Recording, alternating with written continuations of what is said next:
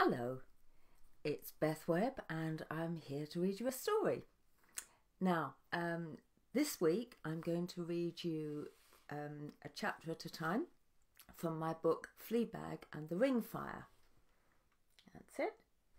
And Fleabag is a talking three-legged black, rather tatty cat who is very opinionated, says exactly what he thinks, and gets involved in a wonderful, magical adventure.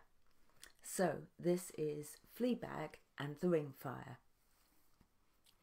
Chapter 1. Strange Fire. The tongues of flame reached higher and higher. There was no sound or smell of burning, but Gemma could feel heat against her cheek. There were other people there too. She didn't know them, but their faces dimly reflected the orange and yellow glow. One day, she told herself, I shall know what it all means. Gemma rubbed her eyes. She often saw strange things when she looked into the depths of the Queen's ring, but the pictures were different every time. The opal's crimson fire seemed to be burning in another world far away, yet the huge stone was only just beyond the end of her nose. Every morning when Gemma brought the Queen her tea, she watched the ring's strange fire and tried to understand what she saw. Today, the picture seemed to be urging her to do something. But what? Don't look too long into the ring fire, little one. You are too young. The Queen touched Gemma's shoulder and smiled. Gemma jumped. I'm sorry, Your Majesty, I was daydreaming. She curtsied, poured the tea, and then pulled back the curtains. Sunlight flooded the room, turning the old lady's silver hair to gold. Shall I fetch your clothes, Mum? Today is the last day of the great festival. Perhaps you'll find your successor at last. Queen Sophia yawned. And perhaps I will not. To tell the truth, I'm sick of this festival. I've had wrestlers fighting to show how a monarch must beat all opponents, poets writing long and exceedingly boring elegies on the nature of royalty, runners bursting their lungs winning races to show that a sovereign must be something else. I can't remember what. She smiled wearily. Gemma's eyes sparkled. I liked the knights who wanted to kill dragons or rescue princesses to show how brave and strong they are. They did look rather fine with their armour all polished, the Queen agreed, but it's a long time since we had any marauding dragons. In fact, we haven't had one since, when I was quite a young thing. It was all terribly exciting. The Queen sighed and sipped her tea.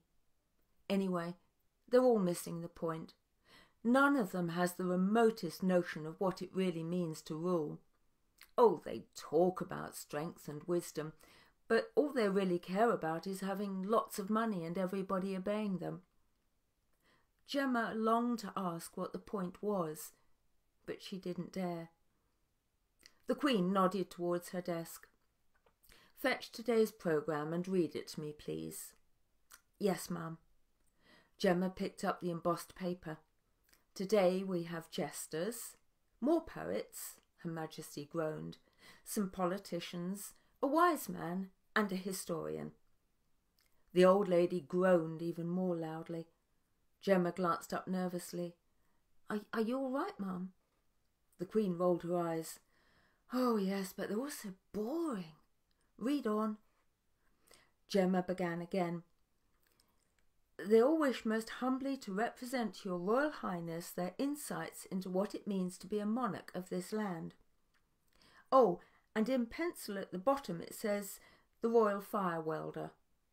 The Fire Wielder, the Queen corrected. And then she almost dropped her teacup and sat up straight, her eyes sparkling. Is he coming? When? It doesn't say, ma'am, but he's last. What does he do? Is he a fire juggler? Oh, I do hope so. I saw some at the midwinter festival. They ate roaring flames and threw burning torches up into the rafters. There were sparks everywhere. It was so beautiful I almost cried. No, nothing like that, the Queen replied, pushing her feet from under the covers. The Fire Wielder is important. Without him, I am nothing. Help me get up, girl, as quickly as you can. She perched on the edge of the bed, flushed, excited, and looking 20 years younger.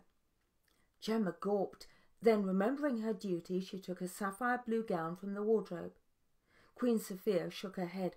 No, child, she laughed. I'll need my golden robes of state. I shall wear my crown and my emeralds. Send for my hairdresser and my lady's maid. Oh, and tell that pompous Prime Minister to oversee the festival in my place. He'll thoroughly enjoy himself. I have far more important things to attend to. The Queen's wrinkled face broke into smiles. This is going to be such a special day. Perhaps the greatest of my entire reign. Chapter 2. Look at yourself. And in this chapter we meet Fleabag the cat. The royal hairdresser was not hard to find, and once Gemma had delivered all the other messages, there was nothing left for her to do except creep slowly and miserably down the back stairs to the kitchens. Gemma longed to stay and see this Royal Fire Wielder who'd made the Queen so excited, but that privilege would be for the daughters of lords and ladies. Gemma didn't even know whose daughter she was. 5 years before, the Queen's carriage had almost run over a smelly gutter snipe. Her Majesty had ordered the urchin to be taken back to the palace. That child had been washed, given a name, clothes, and a job. She'd even been taught to read and write. But as Cook frequently reminded Gemma, she'd come from the gutter, and that was where she belonged. Cook was fat, greasy-skinned, and mean-eyed. He reinforced his opinions with the back of a wooden spoon slammed on any table or servant within reach. Especially on bad days, and today was likely to be very bad indeed. Cook hated festivals. They always meant extra work, and this made him drink too much cooking sherry. Then he'd get a headache. Headaches meant that everything anyone did would be wrong, and as this festival had already lasted 3 days, Cook's headache would be quite severe by now. Gemma shivered as she made her way down the servants' stair. The warm glow from the fire she'd seen in the ring had long gone. Anyway, it had only been a dream. Her steps became slower, for each one brought her closer to her nightmare. She stopped where the stairs twisted to the right, bringing her to the servants' hall and into full view of the kitchen door. If only I didn't have to go back down there, she whispered, rubbing a bruise on her shoulder. Then she sat down hard and buried her head in her hands. She couldn't face being shouted at today. She hated being beaten for nothing. Perhaps she'd be better off going back to where she'd come from, living off market scraps and sheltering in doorways.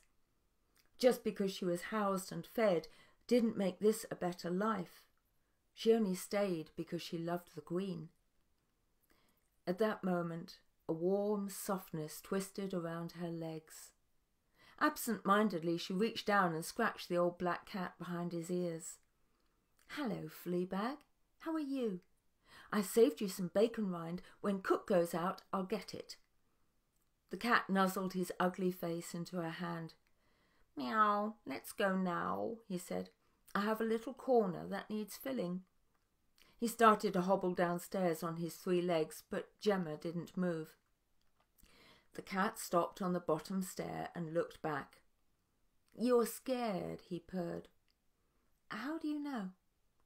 "Dead easy," growled the cat. "You're sitting out here on the stairs instead of getting me my 3rd breakfast. Don't worry, Cook is at market. Manda and Jane have gone to help, and Harry and Tina are scrubbing out the scullery. Oh, it's quite safe." Gemma crept nervously into the kitchen. The great pine table was scoured and smelled wet and sweet. The rafters were hung with polished copper pans, ladles and moulds, and between them swung bunches of herbs and baskets of eggs. Suddenly Fleabag meow and sprang across the room, his razor claws unsheathed. The grey mouse, hiding behind the flour bin, knew no more. Gemma turned her back. She knew it was most impolite to watch a cat eat his prey. After a few moments, Fleabag gave a small and a polite "Oh, excuse me. Oh, a little chewy, but a good flavour. I must confess I let them get at the flour bin now and then. It does add to the quality of the final meal." "Ha! Get it? The final meal?" Gemma didn't wish to get such an awful joke and ignored him. "Are you still interested in that bacon rind?" she asked. "Oh, later, thank you," he muttered between licks at his paws. He was always meticulously clean. "That mouse has filled the little space I did have. Perhaps you'll give it to me for Levinses?" he inquired hopefully, his shaggy black head on one side. "Maybe," Gemma replied, scratching under his chin. "Oh, you better," Fleabag mumbled as he resumed the examination of his fur and whiskers. Then he stopped and looked up at her. "To be honest, I'm more interested in you than bacon rind." "What do you mean?" "Oh, well, just look at yourself." Gemma went over to the big mirror where the servants were supposed to check their appearance before going upstairs. "What's wrong?" She tugged her fair hair into a tighter ponytail. Leaning closer to the glass, she rubbed at the freckles on her nose. No dirt there. She twirled around. Her brown dress was a bit long and baggy, but it was clean and mended. She straightened her apron and turned back to see the cat sitting on the table. "Oh, you wicked animal!" She scooped him up. "Cook will cut your other back leg off if he catches you up there." "Ha! I'd like to see him try." Fleabag struggled free and landed heavily on the hearthrug. "Now, come and sit down. I need to talk to you seriously." Gemma knelt next to the huge open fire, and Fleabag curled up opposite her, the firelight catching his golden eyes. "Now listen," he began. "Now, you know where you came from?" "The back streets." "Quite. Do you know where you're going to?" Gemma shrugged. "I'd not really thought about it. I'll stay here all my life, I suppose. When Cook gets cross, I wonder about running away, but I know that's silly. My reading and writing is quite good, and Manda's teaching me to make pastries, so I might be able to get a job somewhere else, but I don't want to leave the Queen." "And what'll happen to you when she dies?" A lump swelled in Gemma's throat. She got up and poked vigorously at the fire, making sparks dance in the cavernous chimney. She looked over her shoulder at Fleabag. "Do you think she'll die soon?" The cat spread his whiskers. "Oh, don't you? She's very old, and this festival is wearing her out. Cook hates you because you're the Queen's pet, and as soon as she's gone, you'll be given all the worst jobs forever." Gemma shuddered. "So what do you suggest?" The cat rolled on his back, his 3 legs sticking out at ridiculously odd angles. "Oh, you could start by scratching my tummy. That always helps me think." Gemma rubbed her fingers through Fleabag's fur. Delicious purring rumbled his fire-warmed body. After a few minutes he twisted round and sat up. "Oh, that's enough, thank you. Now tell me, what would you like to do if you could do anything?" Gemma didn't need to think. "I'd like to stay here and be a maid to the Queen or her successor. But you don't think that's possible, do you?" "Oh, no, I don't." Fleabag shook his head vigorously, and a few dozy fleas landed on the rug. "But I have a few practical alternatives. First of all, and right now, you must run upstairs. I hear Cook opening the back gate.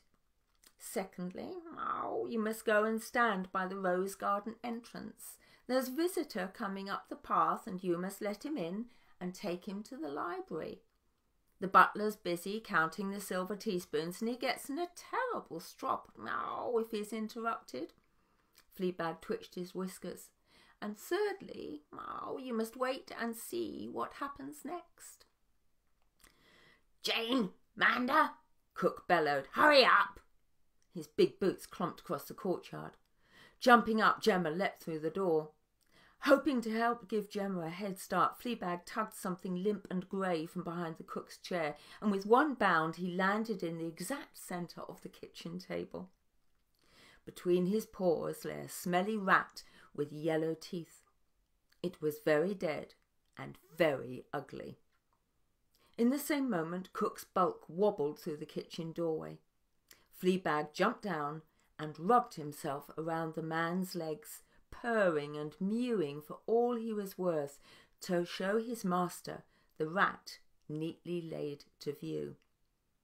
Cook took the cat's tail in one hand and the rat's in the other, and with a powerful swing both animals were tossed through the door and into a heap in the middle of the herb bed.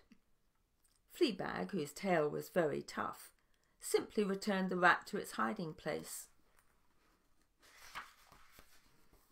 It was the same one he always brought out to impress Cook, or to annoy the butler. It did the trick, although it was getting a bit smelly these days. Returning to the garden, Fleabag twitched his whiskers in the sunshine and purred as the front door opened to admit a very special visitor.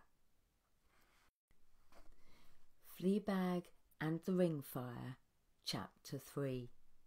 The Fire Wielder. The little man on the royal doorstep was completely round in every way. Round stomach, round head, and big brown eyes. With a sweeping gesture he plucked off his flame-red fez and bowed. As he straightened, a toothy grin cracked his face into a million laughter lines. "Oh, good," he said. "You're here." Gemma was so astonished she just stood gawping, leaving the stranger standing on the doorstep. At that moment, Fleabag sprang over the threshold and rubbed his back against Gemma's legs. "Pull yourself together," he ordered. "The butler is coming." The cat hobbled along the corridor into the dark gloom of the hallway with as much dignity as his 3 legs could muster. Gemma curtsied and spluttered. "Welcome, sir. Whom do you wish to see? What name shall I give?" The little man cocked his head to one side and considered Gemma with a quizzical smile. Without speaking, he held out his hand, and in his palm flickered a tiny golden flame. Gemma gasped and looked at him wide-eyed. "The Royal Fire Wielder, Wielder." With burning cheeks, she curtsied again to cover up her fluster, lost her balance and stumbled over the butler's bunion. With one motion he grabbed Gemma's arm and shoved her behind the door. Then, straightening his green velvet jacket, the butler swept a perfect bow to the guest. "Do come in, my lord," he droned. "If you would be so good as to wait in the library, Her Majesty will be with you shortly." As the fire wielder stepped into the marble hallway, the butler closed the door and kicked Gemma spitefully in the shins at the same time. "Get below," he hissed, "and don't let me catch you up here again, ever. Get it?" Gemma nodded, cowered out of sight, and waited for the visitor to pass. But the fire wielder did not move. Instead, he stood dark and still, staring at the butler with a look that would have withered an oak tree. "I wish to be attended while I wait," he said firmly. The butler bowed again. "Certainly, sir. I shall be at your disposal." "By that young lady behind the door." The butler glanced over his shoulder at Gemma's huddled form. "I'm sorry, sir, you should not have been embarrassed by the sight of a mere scullery maid. She had no right to be above stairs. I will summon one of the ladies in waiting." The fire wielder pointed to Gemma, then very clearly and slowly he said, "I wish to be attended by that young lady. I do not want anyone else. I would like interesting conversation until Her Majesty arrives, not stuffy court pleasantries. Oh, and please bring us 2 glasses of lemonade and a plate of cook's best cakes." Gemma wondered who this Royal Fire Wielder could be. He obviously wasn't the sort of person one argued with. "Immediately, sir." The butler strode back down the corridor, giving Gemma a deadly scowl as he passed. She stared hard at the floor, trying not to giggle, but she wished the fire wielder had not made a fuss. She now had a new enemy in the palace. The tap-tap of echoing footsteps brought Gemma back to reality. The strange visitor was waddling away down the corridor. Gemma wriggled from a hiding place and followed him sedately. As they reached the library, she jumped forward to open the door wide. With a flourish, just as the chief parlour-maid did. At that moment there was a terrific crash from below stairs. "Meow!" Fleabag squealed. "I'll kill you!" the butler bellowed. Gemma permitted herself a little grin. She could tell by the cat's voice that he wasn't really hurt. He merely laid a successful ambush. The library was a bright room, lined with oak bookcases and panelled walls. Tiny specks of dust floated lazily in the golden morning sunshine as it streamed in through the open windows. The rich scent of beeswax polish mingled with the perfume from a bowl of roses. The fire wielder sat down heavily in a big leather armchair and motioned to Gemma. "Pull up a stool." There's a picture of the fire wielder. "Pull up a stool," he said. She shook her head. "I won't be allowed to sit in the presence of visitors, sir." The fire wielder leaned forward. His warm smile was quite startling against his conker-brown face. "Then let us say that I'm not a visitor, but a long-lost friend." Gemma curtsied nervously and positioned the stool so it was opposite the little man. Leaning back in his chair, he closed his eyes as if he were very hot and tired. After a few moments, he pulled off his fez and ran his fingers through his grizzled hair until it stuck out at all angles. Bushy black eyebrows and a long hooked nose gave him an air of solemnity, despite his smile lines. He tugged at his heavy red and yellow robes that glistened with too much gold embroidery. "Forgive me," he smiled. "I'm unbearably hot. I'm supposed to wear all this stuff, but I hate it." He winked, and then smiled. "Now, tell me, what is your name?" "Gemma, sir." "A good name. Now let us see how much ring fire is in this little gem, shall we? When I opened my hand to you by the front door, what did you see?" Gemma's mind ran wildly, trying to imagine what could be the right answer to such a question. In the end, she swallowed hard and said, "A tiny flame, sir, a bit like the one in the Queen's ring." She glanced up nervously. Was that what he wanted to hear? The old man nodded thoughtfully. "Good." Just then someone knocked. A maid entered and gave Gemma a withering glare as she placed lemonade and cakes on a side table. "Begging your pardon for interrupting, sir," she said. "Her Majesty conveys her deepest respects and says she'll be with you directly." The maid hesitated, still staring at Gemma. "That will be all, thank you," said the fire wielder. The woman was obviously bursting to know what was going on, but she had to leave. When her footsteps had retreated along the corridor, the fire wielder turned back to Gemma. "Now, where were we? Ah, yes, you saw fire, did you? Like this?"